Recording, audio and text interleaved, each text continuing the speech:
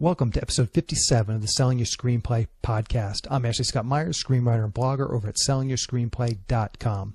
In this episode's main segment, I'm interviewing Jordan Imiola, a screenwriter who's had some success using my email and fax blast service. So stay tuned for that. If you find this episode valuable, please help me out by giving me a review in iTunes or leaving a comment on YouTube or retweeting the podcast on Twitter or liking it on Facebook.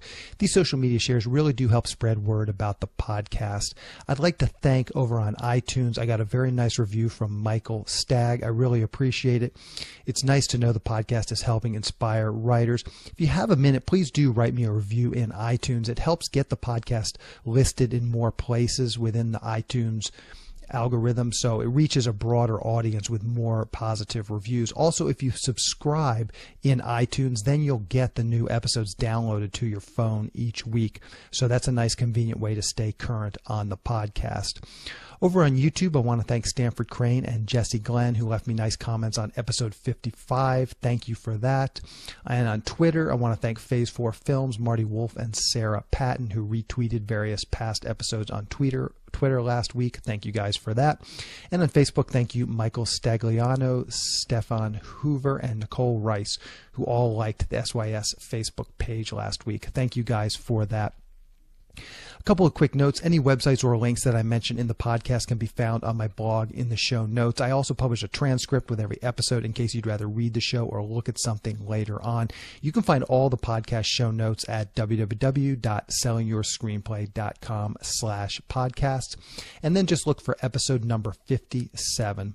Also, if you want my free guide, How to Sell a Screenplay in 5 Weeks, you can pick that up by going to sellingyourscreenplay.com/guide. It's completely free. You just put in your email address and I'll send you a new lesson once per week for 5 weeks, along with a bunch of bonus lessons. I teach the whole process of how to sell your screenplay in that guide: how to write a professional logline inquiry letter, how to find agents, managers, and producers who are looking for material. It really is everything you need to know to sell your screenplay. Just go to sellingyourscreenplay.com/guide. So now let's get into the main segment. Today I'm talking with screenwriter Jordan Imiola. Here is the interview. Welcome, Jordan, to the Selling Your Screenplay podcast. I really appreciate you coming on the show. Yeah, Ashley, thank you very much for having me. So to start out, I wonder if you can just give us a quick overview of your career as a screenwriter and kind of what you've done and what you continue to do. Sure. Yeah, I went to Buffalo State College where I studied television and film arts. At the time, it was a new major. Pretty much they accept 15 people a year, so it's kind of hard to get into. And I was the first class to get into it. This was back in like 2008, I believe. So, yeah, I studied TV and film arts over there. I wrote a bunch of scripts in Buffalo, and then pretty much they train you to become a director, writer, or producer. And so I took more of the writing route when I did that. And I had an internship with Fox my senior year of college. We got here afterwards, got a job working for Fox. And, yeah, I've been on here ever since, and that's been about 5 years since I've been living in L.A. Okay, and let's kind of touch on some of the, the successes you've had. In the pre-interview, you had mentioned some placing in some contests, some jobs, and maybe just briefly kind of give an overview of some of the successes, and then we'll dig in specifically. I'll kind of dig into each one of those one by one, but maybe just give an overview of sort of some of the success you've had. Yeah, sure. In 2009, I was nominated for the WGA Michael Collier Fellowship, and pretty much that is 15 college students nationwide are chosen around different colleges, and I was the first student at Buffalo State to be nominated. And that was for a screenplay. It was kind of super bad with old people. That was kind of my pitch. So, yeah, I was nominated for that. I didn't win it, unfortunately, but it was really good to be nominated for it. And then I was a semifinalist in Blue Cat. What else? I won the 2013 grand prize for the screenplay search competition. And yeah, other than that, I've done a bunch of web series. I've written about 10 screenplays so far, maybe about 3 pilots and 4 or 5 specs of other TV shows, like It's Always Sunny in Philadelphia and The Goldbergs. I've written a bunch of specs, like for a bunch of shows, Broad City. So yeah, I'm still writing a bunch. Working on a pilot right now that I'm trying to produce myself. Hopefully we're going to start getting that next month. And I also have a web series that I'm going to put on next week, actually, with David. And actually, you know. Okay. And yeah, I had a bunch of... Let's talk too. Just briefly, mention some of the professional work you've actually done as a writer. You had mentioned some writing assignments that you had gotten, and also an option of one of your scripts. Yeah, I optioned one of my scripts about a year and a half ago, called Ray and Sunny, and it's a feel-good comedy about a boy trying to kill himself. That was my pitch, and I optioned that and through your class actually. And I've done I've done a couple of writing assignments, just rewrites of some comedies, and yeah, I mean, those are really good. And I get work whenever I can. Sure. Okay, so let me just go back and dig into some of these, the fellowship and the Blue Cat. Okay, so you mentioned this fellowship that you were nominated for but didn't get. Do you feel like there was any heat that came out of just being nominated? Like, you know, did any agents email you? Were you able to use that or leverage that in any way, shape, or form to kind of, you know, parlay that into anything? I didn't get any agents or managers out of it, but I think like it definitely got me some like recognition because I mean it was a nomination from the WGA, so I feel like saying that like people know what WGA is, and yeah, I didn't really get managers or agents from it though. Okay, and let's talk about like the Blue Cat and the other one that you said you won, the Screenplay Search, those contests. You know, placing as a semifinalist in the Blue Cat is obviously great. I mean, they have hundreds, if not thousands, of entries, and I have not heard of Screenplay Search, but I'm sure, you know, to win it is certainly an honor. So again, did you get any heat out of any of those placings? Not really, no. Semifinalists, there's like I think there's like 30 of those, so I didn't get any of those. And the grand prize, I talked to a few producers, but other than that, it wasn't really much. Okay. So let's dig into some of these, the actual options and the rewrites.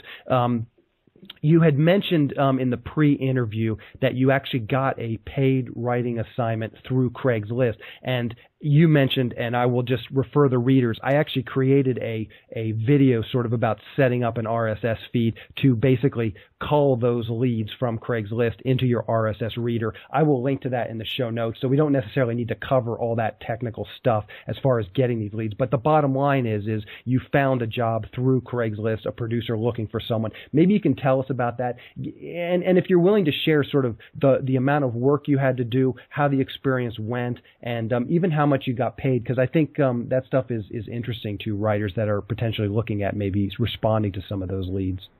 Yeah, sure. Actually, well, I've known you for like 4 or 5 years, and I know you've done this podcast. I know you for doing a writing street, and so I started watching your videos about the RSS feed, creating an RSS feed, and I did that with the Craigslist. And I was looking, and at the time I was just applying to like every screenwriting gig I could find, and the one I found was to write from a book that was already existed. So this author wrote a book pretty much, and I got $800 to turn the book into a screenplay. And what kind of demands did he have on you in terms of like timeline? You know, how long did you have to take this book and turn it into a screenplay? She gave me about like 6 to 8 weeks, I believe. Okay, so it's that's a pretty quick pace. I mean, you got to be chugging along. Yeah, and I sent her a bunch of scripts beforehand. Like what I sent was, you know, see what tone she was looking for. I told her what I did, but yeah, and I can't really talk too much about it because I had to sign a contract and all that stuff. But that's pretty much the gist of it. I take a book out of it and then write the screenplay really fast. And yeah, it worked out. Okay, perfect. So in a minute, and I know again in the pre-interview we talked about the option you had and the other writing assignment that you had, and that was through one of my email and fax blasts. So we'll get into that in a minute, just to kind of understand how that all corresponded. But let's talk a minute about some of the other things you've tried. I mean, the virtual pitch fest, I've actually tried that, and I think it was actually you who mentioned it to me. So there has to be a few other things that you've tried, maybe without success. But I just like to get a sense of sort of the scope of what you're doing to market. Obviously, you're looking on Craigslist to find leads. You're doing a bunch of things. You're entering some contests. Obviously, if you got a semifinal on the Blue Cat. So what other services or things are you doing to try and market your stuff? Yeah, I did the virtual pitch fest pretty much. That was about maybe a year and a half ago, and I got pretty much how that works. I think you pay like $10 for every producer you send it to, and you have to sign up for like 5 producers. So I think it's $50 for 5 producers, and you just send them a log line, and then based on the log line, they say if you want the script or not. And I had 3 out of my 5 producers I sent it to say yes to it. And you can like look up like what producers do what, because most like I know for that I go to comedy, so I kind of looked for producers who did comedies like the one I had. So I had 3 of the 5 producers say yes, but kind of pretty much like I sent the PDF to them, but I haven't heard from them since. And I've emailed them like a bunch of times, but I haven't heard back. And a lot of those producers are actually on your blast. Yeah, I think there's like 2 of the 3 that said yes were on your blast as well. So. Yeah, there's definitely some cross-pollination of the lists. Yeah. And I've also tried the Blacklist. I had a script. I think it was actually the same script. That was called Kristen and Jenna. The script was about 2 female stand-up comedians who cross-dress as dudes to prove women can be just as funny as men. And I sent that to the Blacklist. And I think the Blacklist, honestly, it's just too expensive. So I think I paid like maybe $110 or something. I can't remember how much it was a couple years ago. But for the results I got from the Blacklist, it was not worth the money. Yeah. Yeah, I mean, it seems like the Blacklist is really all about getting because I think it's like 1 month of hosting and then 2 reviews is $125, and you need to pay for those first 2 reviews to kind of get yourself in the thing. And if you don't get a good rating on those first 2 reviews, you're pretty much sunk. Yeah. And I think if you know people who are, like a lot of people who make Blacklist, like if you know people who are in the business, they'll go to your script on the Blacklist and they'll give you like 5 stars or whatever it is. So I feel a lot of people can like do that if you know people, but if you don't know people who are already signed up on the Blacklist, it's kind of hard to work your way up from the bottom. Yeah, sure. Okay, so is there anything else you can think of just off the top of your head that you've tried? Because I'd be curious just to get your results. Yeah, I mean, I've sent a bunch of scripts to. Yeah, I mean, not too much. I did your blast. I did those 2 things. Craigslist. I think I haven't tried Inkscape yet, but I want to. Yeah. But not too much. Let's talk a minute about because you've done a lot of shorts. As you mentioned, we're in a writers group together, and I've seen a bunch of you presented a lot of these shorts to the writers group, and then gone on to produce them.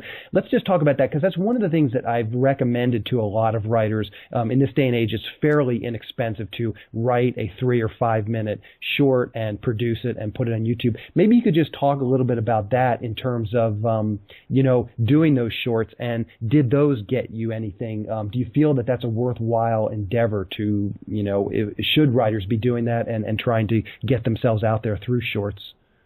Yeah, I believe, for me, I know it's like you get a lot of experience, like you definitely learn a lot how production works. Because I also direct a lot of the shorts I do, and I've learned a lot about directing from that. It's also great for connections. I've gotten a lot of direct photography I've have connections with now, and you get to meet a lot of actors, and it's just good to have that networking around, especially if you're in LA. I think it's great to meet new people and to have these, kitchen more people for their projects. The more people you have, the more you can do. Yeah, sure. Okay, so let's dig in a little bit to the email and fax blasts that you've done with my service. How many total blasts do you think you've done? I was trying to remember. I honestly don't keep that good a track, but so I'm curious, how many blasts have we done for you? I want to say 4. I think it was that was sort of that was about the number that I would have said too. So over the course of, and this is probably the last maybe 2 years probably, we've done 4 blasts. Yeah. Okay, so let's kind of just talk about sort of an overview of just, again, we'll dig into it in a minute, but just give an overview of what success you've had. You've done these 4 blasts, and maybe you can tell us about the different successes you've had, and then we'll dig into the specifics. Yeah, sure. Yeah, the first blast I did was for Chris and Jen, which I mentioned before, and I had over 120 producers request the script. So, and I've had, since I did that blast, like I had maybe like 4 or 5 meetings from that blast alone, and then I got an option pretty much from this guy named Anthony. He's a director, and I sent him the log line for Chris and Jenna. He read the script, said like the script wasn't for him, but he wanted to see what else I had. So I was working on a draft of Rain Sunny at the time. I sent him the first act, and he loved the first act. So pretty much after I finished writing it, which was maybe about 6 months down the road, I sent it to him again, and he wanted to option it like there and then. So that's how I got my option, was from the first blast, and then yeah, I got that option. Now he's in the works of getting actors together to create the movie and trying to get funding and all that stuff. Perfect. Yeah, and then what else did I do? I did 3 more blasts. I pretty much just had meetings since then. I haven't optioned. I've had one guy who was like interested in optioning it, but he didn't have the money to option the last blast I did, which I think was for Super Stoned. So, but I've had a bunch of meetings with producers around LA from all different blasts. Okay. And what do you mean he didn't have the money? So you wouldn't give him a free option, and you wanted to charge him something for it, and he didn't want to pay for the option? Yeah, pretty much. Yeah, like he's interested. I mean, I still like met with him, but I feel if they're gonna put the money down, like they're gonna be more serious about it. Because I mean, I told him like if he wants to do it, because I had to rewrite it a lot too, because that script was very expensive to make. So, and I had like 5 or 6 meetings with him to rewrite the script and see what worked, see what didn't work. But then after that, things kind of just faded out. And I haven't seen him since. I know he's been busy and I've been busy, so it's kind of hard to reconnect. I believe so. He wanted to option it, but he also wanted you to do extensive rewriting on the script in order to make it on the budget that he thought he could raise. Yeah, exactly. Correct. And you never did any of these rewrites? I did a few. I mean, I met with him because I wanted to outline the whole thing first for like another draft to make sure everything worked. Because that script's about 3 kids in college who become superheroes but only have the powers when they're high. So in the script, like they fly a lot and they have all these powers and it's really expensive. So instead of like flying, for example, I thought about, he's like, well, flying you can't really do. It's really hard to do that. So I was like, what about teleportations? Just it's easy. So that was like one of the things I had to redo. So it's pretty much outlining the new draft to make sure everything was low budget instead of being, millions and millions of dollars. Yeah.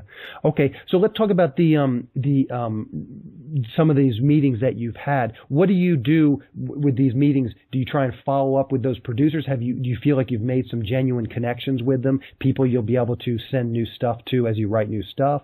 Oh yeah, definitely. The meetings generally go pretty well. I mean, we talk about scripts and see if we can, work on it.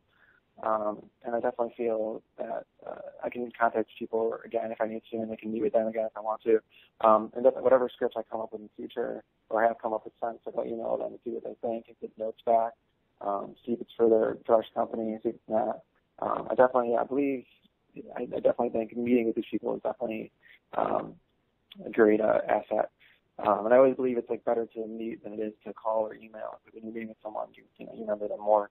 You have more personal connection.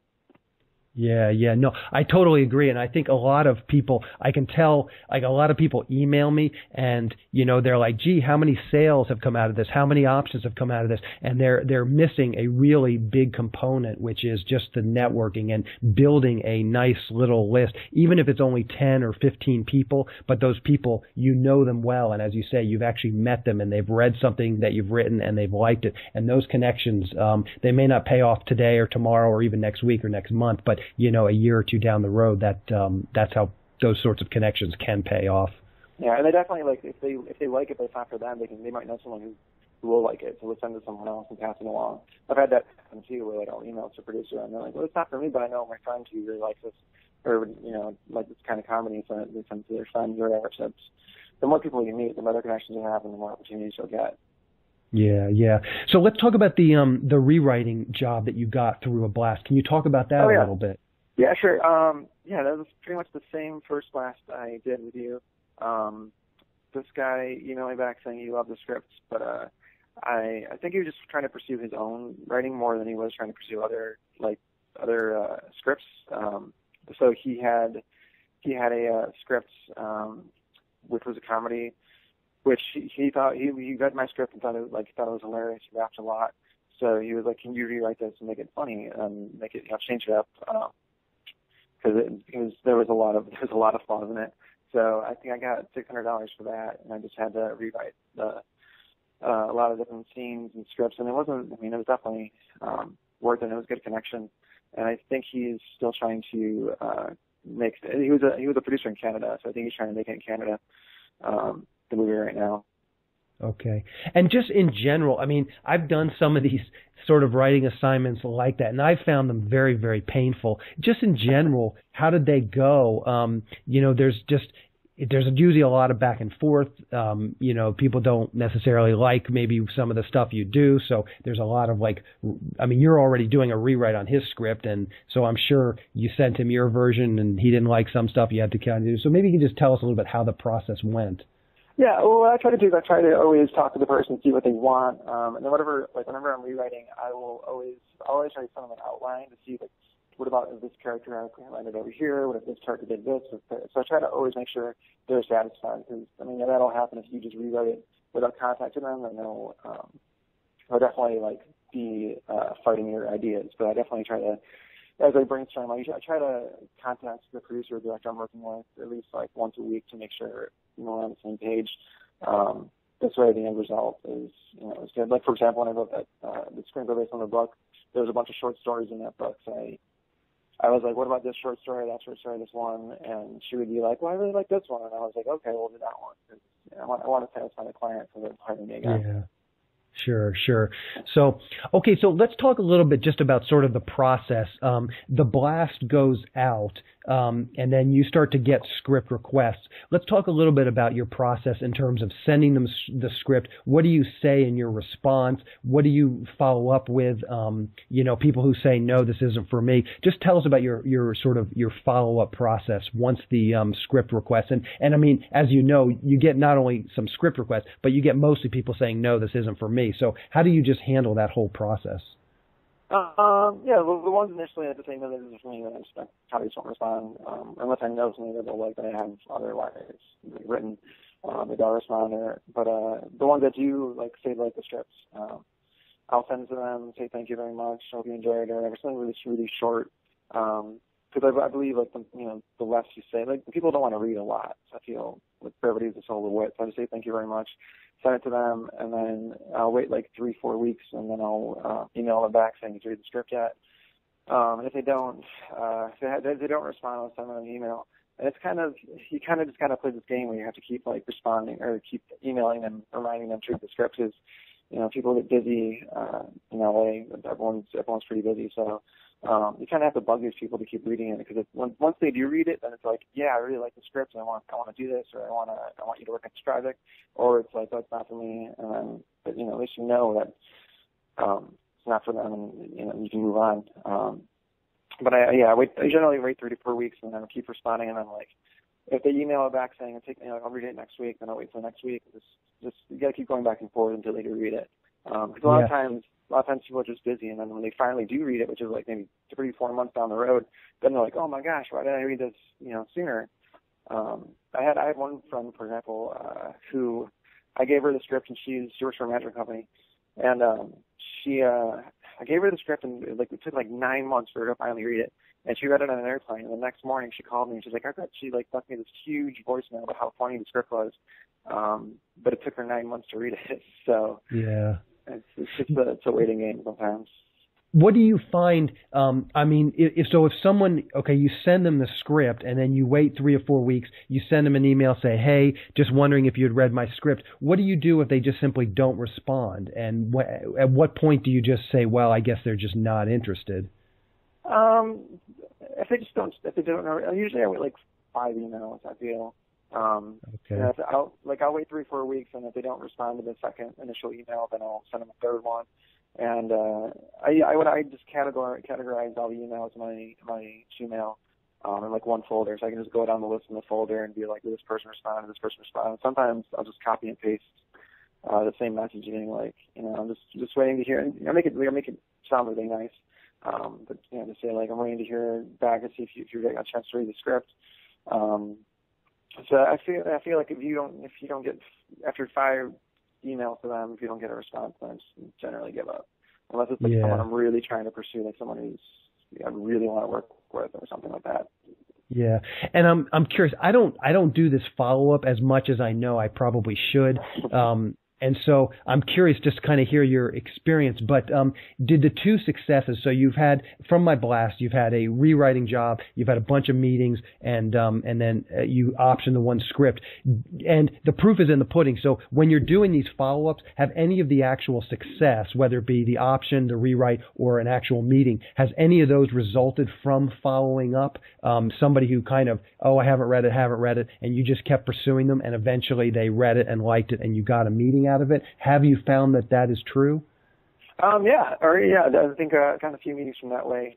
Also, I forgot you can call them too sometimes. Like they have when they email you back, they'll have the number of the place that they're working for at the bottom of it.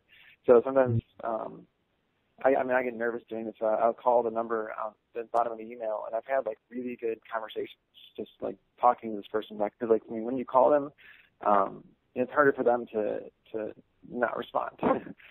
Like email, they say not email back, but when you call them, like then they have to talk to you. And I've had like actually really good conversations about like just Hollywood and making it, and just having the passion to do it, and having perseverance. And so I think that works too. I think I've had a meeting for that, doing that as well, where I'll call the person and be like, I was wondering if you read the script, and then they'll read it the next day, because then they're like, the more you push them to do it, then they're gonna want to do it. So, and then I've had a couple meetings doing that as well. I've had really good conversations just from calling the companies and asking for the person who responded to the email. Yeah. And I'm curious, obviously you're in LA, and a lot of these producers are in LA. There's a lot of people who are not in LA, and so I'd be curious to get your sort of take. When you talk to like a Canadian producer or a New York producer, what do you do in those cases as far as following up? Obviously, you're not going to be able to physically meet with them. So what do you try and do? Do you try and eventually schedule a phone call and talk about your script if they're willing to? Or suppose they write back, I like this script, but it's not for me. What do you do at that point if they're not in LA? Generally, if they want to, I feel like if they're interested in my script, they want to call me. So like we'll schedule a time to call on the phone. A lot of times too, like they might not be in the same time zone as you, so you have to like schedule a meeting through email, like what time you want to call. But if they, sorry, what was it the second part of the question? Well, I'm just wondering, and that kind of leads me to my next question is, at what point do you suggest a meeting? Is it them that suggests a meeting? So let's say, this seems like a fairly typical scenario. And so I'm just trying to figure out how you get these meetings scheduled. A lot of times I'll do the blast, I'll send them the script, they'll email me back, say, listen, I read your script, I like it, but it's not for me. I don't think I could do it because of, X, Y, and Z. Do you then say, well, would you be willing to meet with me just so we can talk about what projects you are working on, or do you let them initiate? Because I don't get a lot of people asking to actually meet. So I'm just wondering how you kind of get that into the conversation. Yeah, I've actually never thought about that. Like ask them to meet. I usually send them some log lines to other scripts. Like be like, well, if you didn't like this script, maybe like this script is on a cheaper budget, or like they'll like maybe this script's more in the tone that you're looking for. So I'll send them log lines to other scripts, and that actually works too sometimes. Where like I'll send them 3 log lines of scripts maybe they will like, and they'll choose one of the 3 to read, and then. Like I said, the option I got was the guy initially said no to my first script, but then I was like, well, here's a log line for the script I'm working on now. And he said, yeah, I like that a lot. So I sent it to him. That's a script I eventually ended up optioning. So I feel the more you write, the more log lines you're going to have, and the more you'll be able to put out there. So I know me and you, we both have like a ton of scripts you can offer. Yeah. To other people. But at what point do you say, listen, can we meet sometime? At what point does that sort of enter the conversation? I feel like they usually say that. I've never. I've never actually. I don't think I've actually initiated the meeting part of it. Okay. If it is like a someone out of the country or a different part of the country, I might ask for a phone call. But I think for the most part, they really want your scripts. I feel they'll schedule a meeting with you. Because a lot of these times I've noticed like some people are just trying to be nice. They're like, "Oh, the script isn't for me," and then like you end up finding out they didn't even read the script. Yeah. And I'll be like, well, what part didn't work? And they'll like never respond, or they'll be like, oh, my sister read it. And I was like, well, Okay. So yeah, I feel most of the time they schedule meetings with me or schedule phone conversations. Okay. And you will, it sounds like just from the way you're talking, you will follow up with every single response. Like if they email you back and say, hey, I read your script and I liked it, but it's not for me, you will follow up with those with basically some more pitches, and you'll try and discern exactly why the script wasn't for them and then pitch them something that potentially might be for them. Yeah, exactly, yeah. But I also feel like if something's wrong with your script, like a lot of producers are saying no to your script, something's wrong with it. You want to find out what that is so you can fix it. So a lot of times I'll ask them, like, what's going to work for you, or did you feel this going to work, or blah, blah, blah. It's like one or two questions. I don't want to, over-exhaust them with too many questions, but I just, I'll ask find out the script, or I'll send them more log lines out of scripts. Yeah. Perfect. So, well, good. I think that's some good information for people, especially people who are considering using my blast service, or even if they're just doing blasts on their own. I think that's some helpful tips for them. So maybe you could just talk about briefly what you're working on now. You'd mentioned, I think, a sitcom. What are you working on now, and what are you going to do to get that out there? Yeah, I'm working on a TV pilot. Right now, it's pretty much like The Office or Modern Family, but it takes place in middle school, so it's all about teachers and students. And I wrote the script to that, and I have a bunch of actors and crew, and we're going to start shooting. Hopefully, we got some money for it, so we're going to try to. Right now, we're just scouting for locations, and then we're going to start shooting it hopefully next month, and it'll be done maybe around April. And then I'm also working on a script right now, a new movie. I'm in the middle of that. It's called Male or Husbands. It's about three desperate guys who pretty much sell themselves online to women who want to marry them. And it's just a nice, funny comedy.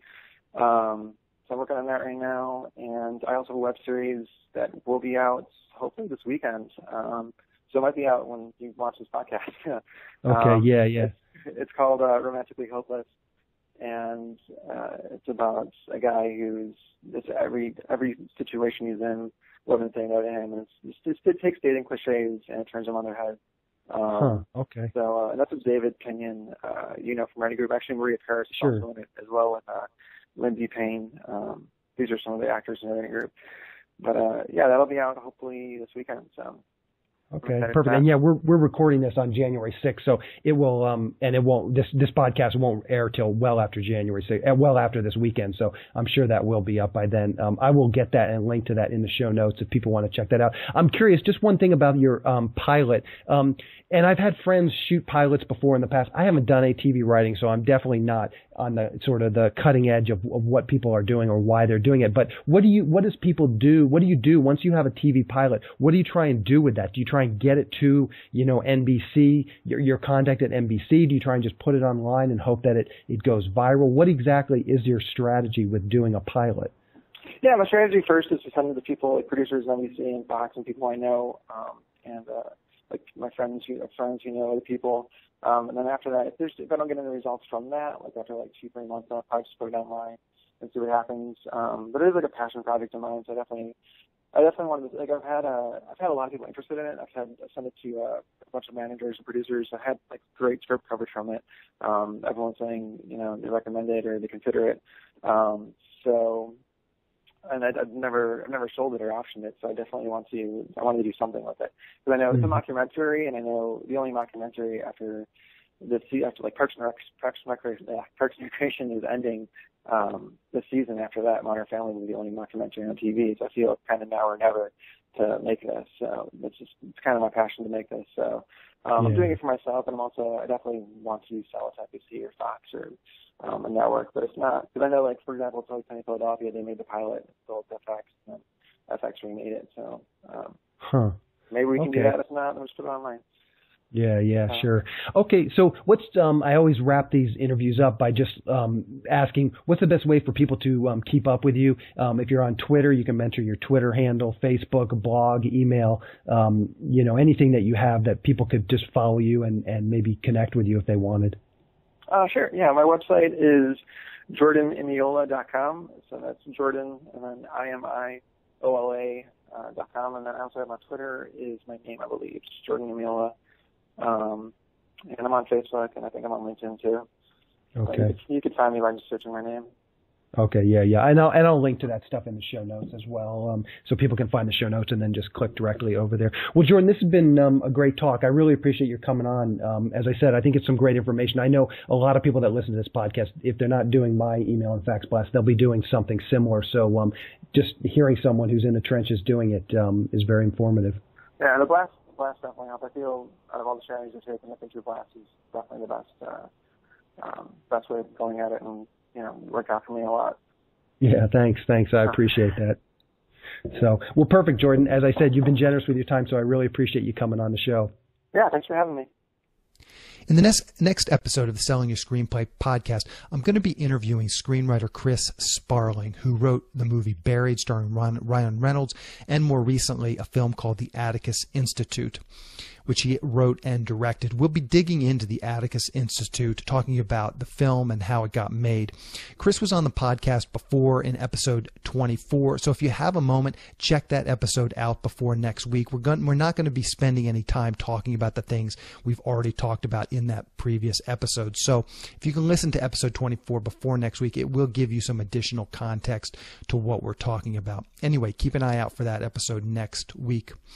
Generally, I pitch one of my screenwriting services towards the end of the episode. In some ways, this whole episode was a pitch, since all of Jordan's success came through my email and fax blast service. If you want to learn more about this product, just go to www.sellingyourscreenplayselect.com and then click on the link that explains the email and fax blast service in more detail. I have had tremendous success from my own email and fax blast service as well, and I've covered that pretty well on this podcast, so I won't go into that now. I think Jordan did a really good job following up with the people who contacted him from the blast, and I think he got the most out of the blast because of this. I do think it's important to note, if you listen to this podcast, there's a lot of other services out there, and some people are having success with it. I've mentioned Inktip, the Blacklist. These other services should definitely be a part of your marketing arsenal when it comes time, when you finish a script and you're wondering what to do with it. I highly advise you use all these services. I myself still use Inktip. I myself still use the Blacklist. And obviously I still use my own email and fax blast service. I really just think that's key. I mean, from the people I'm interviewing, for whatever reason, it doesn't seem like people seem to have a lot of success with multiple channels, and I'm honestly not sure why that is. I mean, the people that I've had on that had success with Inktip, I've had 2 or 3 writers on the podcast that have had success with Inktip, and they haven't had a lot of success with other marketing channels, and I don't know exactly why that is, but for whatever the reason, some people find success with these different channels, and you've got to find the channel that's going to work for you. It may be my email and fax blast service. It may not be my email and fax blast service. It may be Inktip. It may be the Blacklist. But as someone who's marketing their scripts, you've got to branch out and you've got to try different things. Contests is another thing. Some people seem to do well in contests. They haven't had as much success on Inktip or some of these other services. So again, you just got to find what is going to work for you. I do think that there's different types of scripts that work for these different types of marketing channels. And, your type of script might work on certain channels, and it's not always that easy. Like, even as experienced as I am and as much success as I've had, I'm really not quite clear always why some things are working on Inktip and why some things are working through my blast. And frankly, some things have worked through my blast and not worked on the Blacklist. I mean, I've optioned a script that I got a review of a 3 on the Blacklist. So clearly it did not do very well on the Blacklist, but it's a script that I've actually optioned a couple of times and have high hopes for. So you've just got to find that medium. And Jordan, for whatever reason, like myself, is having success with my email and fax blast service. But I don't want to make this seem like it's just me shilling my own services. Really what I'm trying to do is bring people on and just show you the full scope of what's out there. And my service is certainly one of them. But don't let that deter you from trying some of these other services, because you actually might find more success with some of those. Anyway, I really appreciate your listening. That's the show today.